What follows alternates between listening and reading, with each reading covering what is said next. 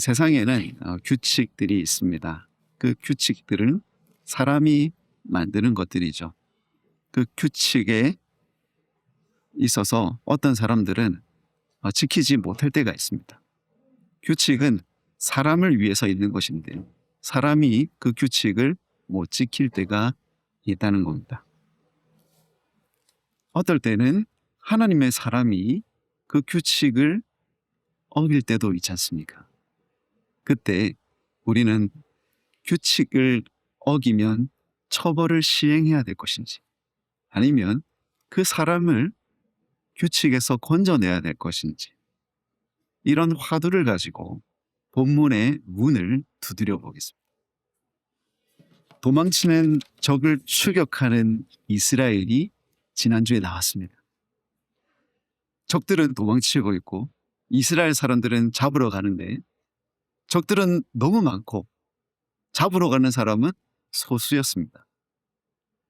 잡고 또 잡아도 끝이 없습니다. 그래서 너무너무 지쳐가고 있는 그때에 이스라엘 왕 사울이 맹세를 시켰습니다. 오늘 저녁까지 너희들 아무것도 먹어서는 안 된다. 그 맹세 때문에 이스라엘 사람들은 아무것도 먹지 못했습니다. 하지만 그의 아들 요나단은 그 맹세를 듣지 못했습니다. 숲속으로 들어가서 그는 벌집을 발견했습니다. 지팡이를 내밀어서 그 끝으로 굴을 조금 찍어 먹었더니 눈이 번쩍 뜨였습니다. 기운이 솟았습니다. 그때 어떤 사람이 와서 말하기를 당신의 아버지께서 먹으면 저주를 받을 것이라고 했습니다. 큰일 났습니다. 그때에 요나단은 아버지의 조치가 참 어리석었음을 지적하였습니다. 그러자 거기 있었던 군인들은 옳다구나 좋다구나 하면서 자기가 저기에서 취했던 그런 고기를 잡아서 먹었습니다. 시간이 흘렀습니다. 이제 본문의 내용입니다. 아마도 저녁 때쯤이었던 것 같습니다. 그때 한 소식이 왕에게 들어갔습니다. 임금님, 지금 이스라엘 사람들 중에 어떤 이들이 고기를 잡아먹었습니다. 저녁 때니까 자기 맹세가 다 지난 때라서 이제 먹어도 괜찮잖아요. 그렇게 생각을 한 겁니다. 근데 뭐라고 보고가 들어가냐면 고기를 먹는데 피를 빼지 않고 먹었습니다. 이렇게 보고를 했습니다. 이스라엘 사람들은 원칙적으로 피를 빼고 고기를 먹었습니다. 율법에 피째 먹는 것은 안 된다라고 되어 있기 때문이었습니다. 그 말을 들었던 사울은 밑에 사람들에게 큰 돌을 가져오라고 합니다. 그리고 그 위에서 고기를 잡으라고 했습니다. 왜 돌을 가지고 오라고 했을까요? 맨 땅에서 고기를 잡으면 피를 빼기가 어렵습니다. 그런데 돌 위에서 고기를 잡으면, 소나 양 같은 것들을 잡으면 거기서 피를 빼기가 용이했을 것입니다. 그래서 그 위에서 고기를 잡아먹습니다. 힘을 얻은 이스라엘 백성은 그 다음 날까지 쉬지 않고 바로 추격하기로 합니다. 왕이 꾀를 냈습니다. 이 밤부터 시작해서 동틀 때까지 달아나고 있는 저 블레셋 사람들을 쳐 죽이자. 그때의 한 제사장이 사울에게 제안합니다. 왕이시여, 우리가 바로 그 계획을 실행하지 말고 이것이 하나님 보시기에 좋은지 좋지 않은지 한번 물어봅시다. 그 말을 들었던 왕은 좋게 여기고 하나님 앞에 물었습니다. 현대식으로 말하면 기도했다고 한번 가정해 보겠습니다. 하나님, 지금 우리가 이 밤에 블레셋 사람들을 추격해서 적들을 무찌르려고 하는데 하나님 어찌하면 좋겠습니까? 하나님이 아무 대답 안 하십니다. 이상하게 여깁니다. 더 세게 기도했던 것 같습니다. 하나님 응답하여 주시옵소서. 말씀하지 않으십니다. 그 전에 이 전쟁을 한번 생각해 보시겠습니까? 이스라엘 백성은 블레셋 사람들을 이길 수 없었습니다. 왜냐하면 이스라엘 측 군인들은 나머지는 다 도망가 버리고 남은 게 600명이었습니다. 이 600명이 보기에 적들은 수만 명이었고 그들 손에는 철기 물기가 들려져 있었습니다. 이스라엘 사람들은 돌이나 청동으로 된 무기, 상대적으로 빈약한 무기를 들고 있었는데 적군은 철기 무기를 들고 있었습니다. 이길 수 없는 바로 그때에 요나단이라는 그 아들이 적진에 침투해서 적을 무찔렀는데 그것은 인간이 한 것이 아니라 그 인간과 더불어 하나님이 한 것이었습니다. 그래서 하나님의 전투다라고 모두 다 여기고 있는 바로 그때에 하나님이 응답하지 않았던 것입니다. 이건 분명히 우리 중에서 누가 죄를 지었기 때문이다라고 결론을 내렸습니다. 그리고 뽑기를 합니다. 이 사울은 이스라엘에 있었던 군 지휘관들을 소집합니다. 그리고 이렇게 말합니다. 내가 이제 맹세를 한다. 만약 죄가 있는 그 누구라 할지라도 다 죽여버린다. 만약 내 아들 요나단이 죄를 지었다 할지라도 나는 죽여버린다. 아주 강한 결단을 내리고 이제 뽑기를 시작했습니다. 요나단, 너는 이리 오너라. 사울이 자기 아들을 불렀습니다. 그리고 나머지 백성은 한쪽으로 놓아둡니다. 그리고 뽑기가 되었습니다. 누가 뽑혔을까요? 백성일까요? 이 가족일까요? 가족이 뽑혔습니다. 둘 중에 한 명이 죄를 지었다고 생각했습니다. 사울이 요나단아 너 떨어지거라. 떨어지고 사울은 한쪽에 섰습니다. 자, 뽑기가 또 진행되었습니다. 누가 뽑혔습니까? 요나단이 뽑혔습니다. 그때 이 사울이 요나단에게 묻습니다. 너 무슨 죄를 지었냐? 너 무슨 일을 하였느냐? 그때에 요나단이 대답했습니다. 아버지, 저는 너무 배고파서 지팡이 끝으로 꿀을 조금 찍어서 먹었습니다. 그러면 여러분이 아버지라면 어떻게 행동하시겠습니까? 야, 그냥 꿀 조금 찍어 먹었니? 근데 그 아버지는 왕이었습니다. 만약 용서해주면 왕이 조금 전까지 했던 말이 땅으로 떨어지는 꼴이 되었습니다. 왕의 체면을 구기는 꼴이 되었습니다. 그래서 이 사울은 진노합니다. 사람들이 보는 앞에서 화를 막 쏟아냅니다. 야, 너는 반드시 죽을 것이다. 내가 너를 죽이지 않으면 하나님이 내게 벌 위에 벌을 내리실 것이다. 죽이려고 했습니다. 그때에 백성들이 말을 하였습니다. 여러분, 본문 45절을 여러분 보서 큰 소리로 다시 한번 읽겠습니다. 준비 시작. 백성이 사울에게 말하되 이스라엘의 큰 구원을 이룬 요나단이 죽겠나이까. 결단코 그렇지 아니하니이다. 여호와의 살아계심을 두고 맹세하옵나니 그의 머리털 하나도 땅에 떨어지지 아니할 것은 그가 오늘 하나님과 동력하였음이니이다 하여 백성이 요나단을 구원하여 죽지 않게 하니라. 아멘. 이전에 이 백성이라는 사람들은 이스라엘 백성을 말하는 것이죠. 이 사람들은 철저하게 왕의 말씀에 복종했습니다. 왕이 얼마 안 되는 사람들에게 자, 돌진하면 돌진했습니다. 죽을지도 모르지만 싸우자 하면 싸웠습니다. 그리고 먹지 마 하면 먹지 않았습니다. 그렇게 복종적이던 백성이 이번에는 가만히 있지 않았습니다. 군인들을 죽이는 것도 아니고 사울의 하나밖에 없는 아들을 죽이려고 했을 때 그때 백성은 맹세했습니다. 우리는 절대 당신의 아들 요나단을 죽이지 않을 것입니다. 이유는 단순했습니다. 그가 오늘의 그 큰 구원을 이루었기 때문이다 라고 했습니다. 600명이 수만의 적들을 이길 수 있었던 것은 이 요나단이 하나님과 함께하였기 때문이다. 그러므로 우리는 요나단을 죽일 수 없습니다. 그의 머리털 하나도 땅에 떨어뜨리지 않을 것입니다.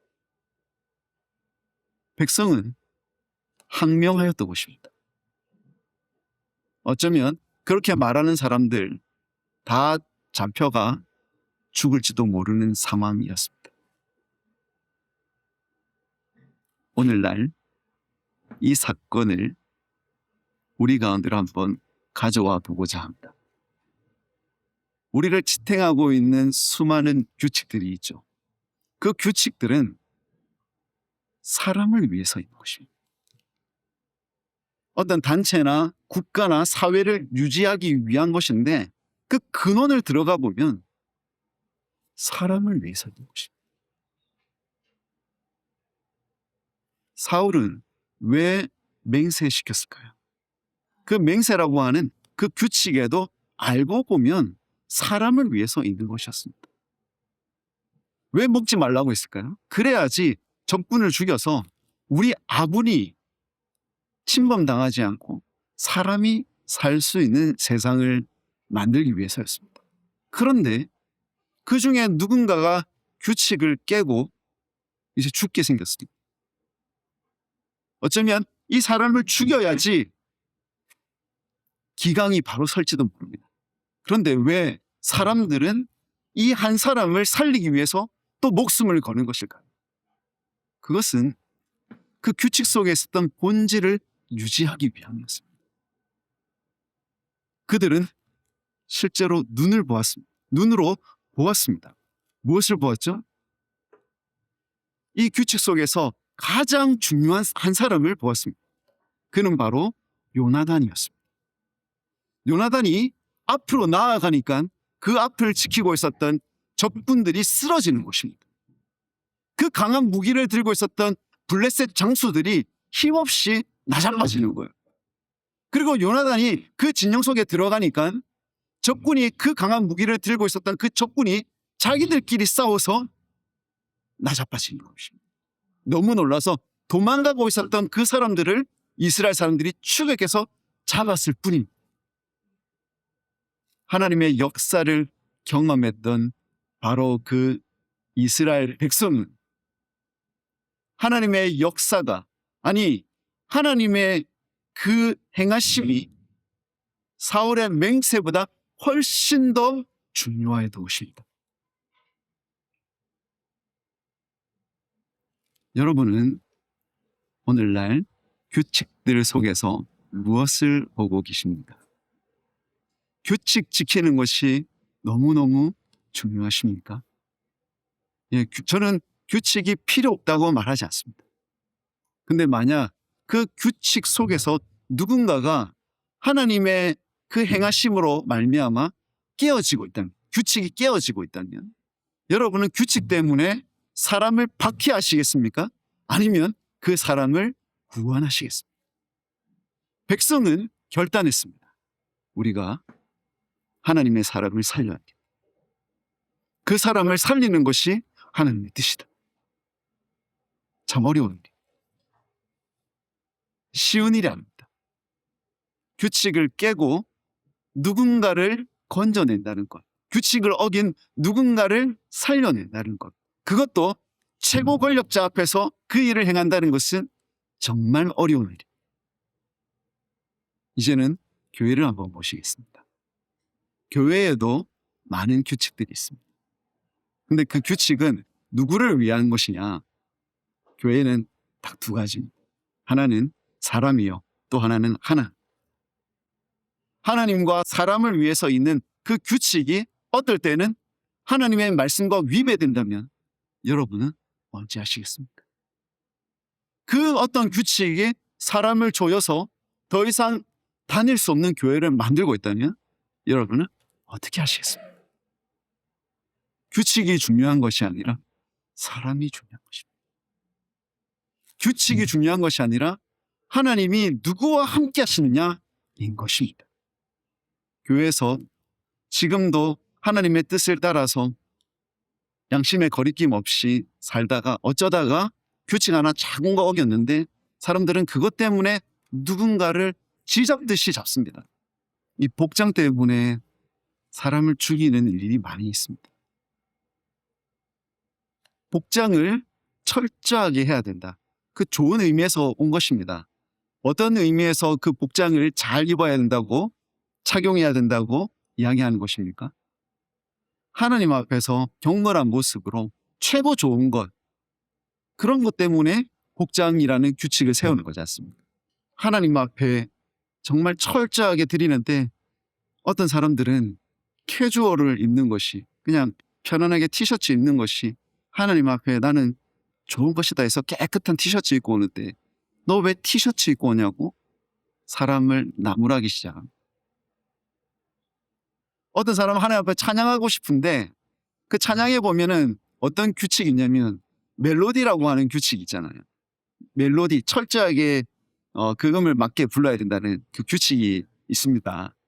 근데 누군가는 그 음이 익숙지 않아서 틀려버려요. 그러면 야 조용해, 음이 안 맞잖아, 조용해. 그런 순간 그 사람은 하나님 앞에 찬양할 수 있는 그 권리를 잃어버리는 것입니다. 기도할 때도 마찬가지. 누군가는 하나님 앞에 소리내서 진짜 막 터지게 기도하고 싶은데 시끄럽다고 이야기해요. 너 때문에 지금 기도가 안 된다고. 근데 한 사람은 자기 속에 있는 깊은 것을 터치고 싶어요. 하나님이 그에게 터치게 해서 나오는 그 찬양과 기도, 하나님 받고 싶은데 사람들은 그거 못하게 막아버려요. 왜? 규칙이 안 맞으니까. 멜로디 법칙에 맞지 않으니까 야 너 부르지 마, 조용히 해. 기도 다 조용히 하는데 너 왜 시끄럽게 하니? 우리가 세운 규칙들입니다. 그 규칙들 하나님이 어쩌면 싫어하실 수도 있다는 것을 인식해야 돼요. 그때 우리는 어떻게 해야 될 것이냐. 만약 누군가가 그 규칙에 사로잡혀가지고 복장으로 억압하거나 음으로 억압하거나 기도할 때도 억압하거나 잘못됐다고 말하는 그 순간 그 사람을 살릴 수 있는 사람이 되어야 될 것입니다. 우리가 다 살릴 수는 없다고 생각합니다. 그러나 여러분이 만약 살릴 수 있는 현장 속에 있다면 어쩌면 야단 맞을지 모르겠지만 그 사람을 위로해 줄 수 있고 그 사람 편에 설 수 있다면 바로 우리는 어떤 사람이 되냐면 죽음의 맹세를 걸었던 이 백성들의 입장에 설 수 있다는 것입니다. 그러므로 저는 여러분이 세상 강한 사람들, 그냥 왕이라든지 권세자들 편에서 규칙을 지키기에 그냥 급급한 사람이 아니라 어쩌면 위기 가운데 있을지 몰라도 하나님의 뜻대로 누군가를 생명을 구하는 하나님 편에 서는 지혜로운 사람들 되시기를 축복합니다. 같이 기도하겠습니다.